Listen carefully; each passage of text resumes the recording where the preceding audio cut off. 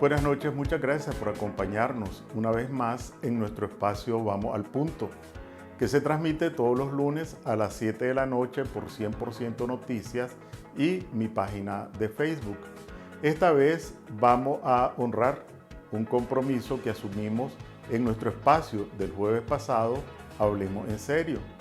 Un participante planteó la pregunta: ¿cómo es que había retornado Ortega al poder? Se produjo un debate y asumimos la responsabilidad de abordar el tema hoy en Vamos al Punto, y aquí vamos. Vamos a relatar hechos sin pretender señalar culpables. No de una forma exhaustiva, porque no es un tratado de historia, pero sí los hechos más relevantes, sobre todo para extraer lecciones que nos ayuden en el presente y en el futuro. Comencemos con 1990. En las elecciones de febrero de ese año, doña Violeta, como candidata de la Unión Nacional Opositora, derrotó de manera inesperada pero contundente a Ortega y al Frente Sandinista. Pues bien, antes de llegar el 25 de abril, ya la UNO se había partido. Un sector respaldaba el gobierno de doña Violeta y otro sector prácticamente se declaró opositor al gobierno de doña Violeta. De tal manera que cuando se negoció el protocolo de transición, habían 4 fuerzas políticas: el Frente Sandinista, que controlaba todos los poderes del Estado, más el ejército, más la policía; la UNO, que tenía legitimidad y tenía como poder el control de la Asamblea; y la resistencia nicaragüense, que tenía legitimidad, pero también tenía poder, más de 20,000 hombres y mujeres en armas. Pero ¿qué ocurrió? Primero, como decíamos, la división de la UNO, y por otra parte, la resistencia nicaragüense, que podía ser un factor de poder fundamental, pues se descuajó.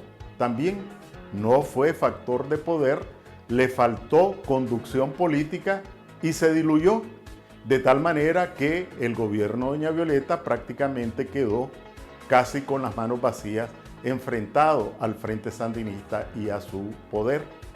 En los 90, Ortega practicó distintas formas de chantaje y de violencia, y así llegamos a 1998, 99, 2000, año en que se fraguó el pacto entre Arnoldo Alemán y Ortega. El pacto tenía distintos componentes, pero el central fue la reducción del porcentaje necesario para ser electo presidente. La Constitución señalaba 45%, y con el pacto reformaron la Constitución y lo redujeron al 35%. Una concesión fundamental, porque Ortega solo había sacado, cuanto más, el 38% de los votos. Bueno, en esas condiciones Ortega fue a las elecciones del 2006. Pero antes habían ocurrido 2 episodios que es preciso señalar. Por una parte, en un episodio oscuro, dicen que le robaron la caja fuerte al cardenal Obando, y a partir de lo que pudieron encontrar ahí, el cardenal dio voltereta, y con él Roberto Rivas en el Consejo Supremo Electoral, que tenía una presunción de responsabilidad penal por actos de corrupción.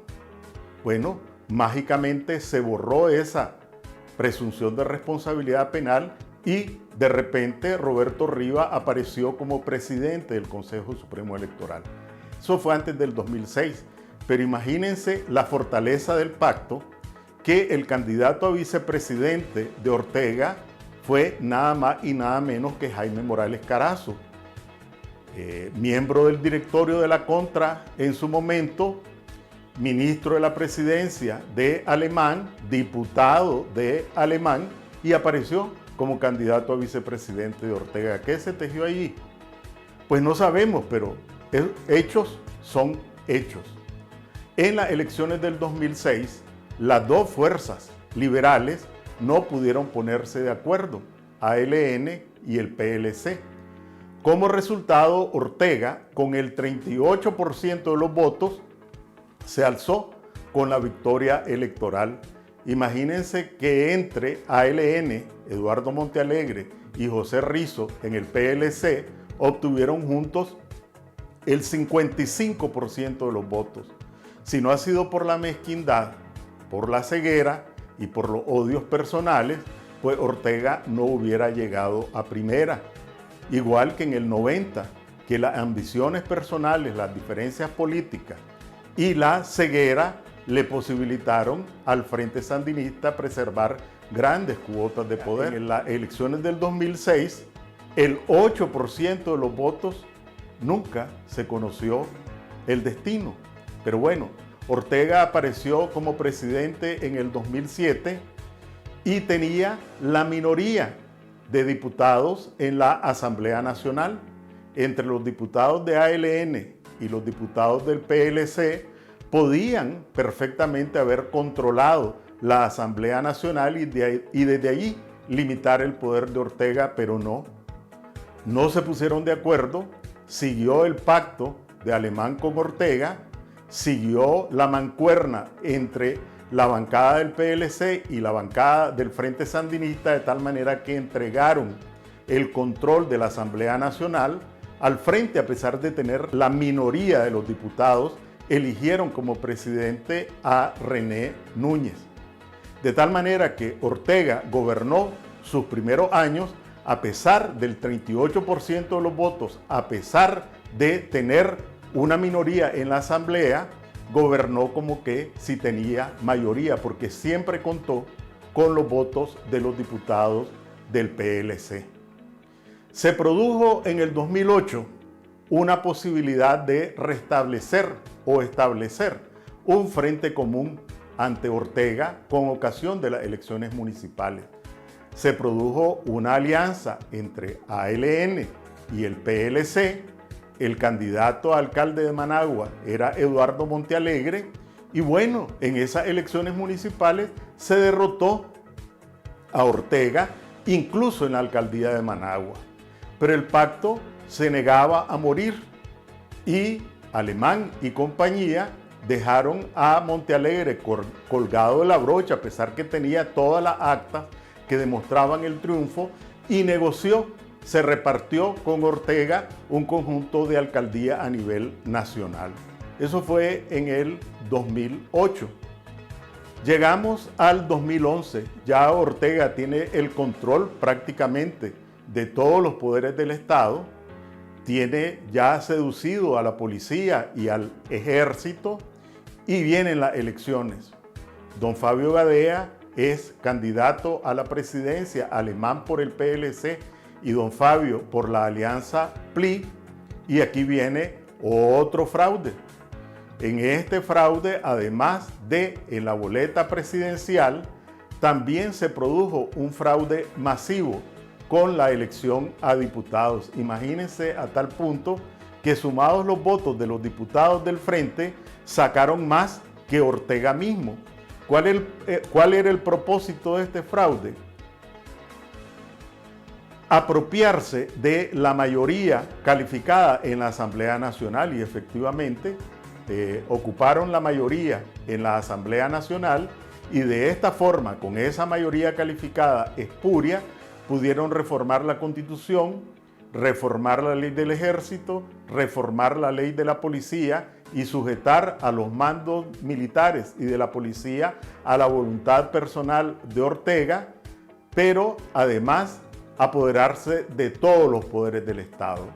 No podemos dejar pasar en este relato el papel de los grandes capitales, porque otra de las fuerzas de sustentación de Ortega en este periodo de imposición o implantación de su dictadura fue la alianza Comé y Comamos con los más elevados sectores del capital nicaragüense.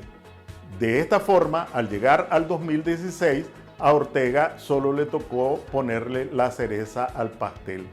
Eliminó a la alianza PLI como participante en las elecciones de noviembre de ese año, despojó de sus escaños a todos los diputados opositores e impuso a su esposa como vicepresidenta, de tal forma que para noviembre del 2016, ya la dictadura estaba plenamente instalada.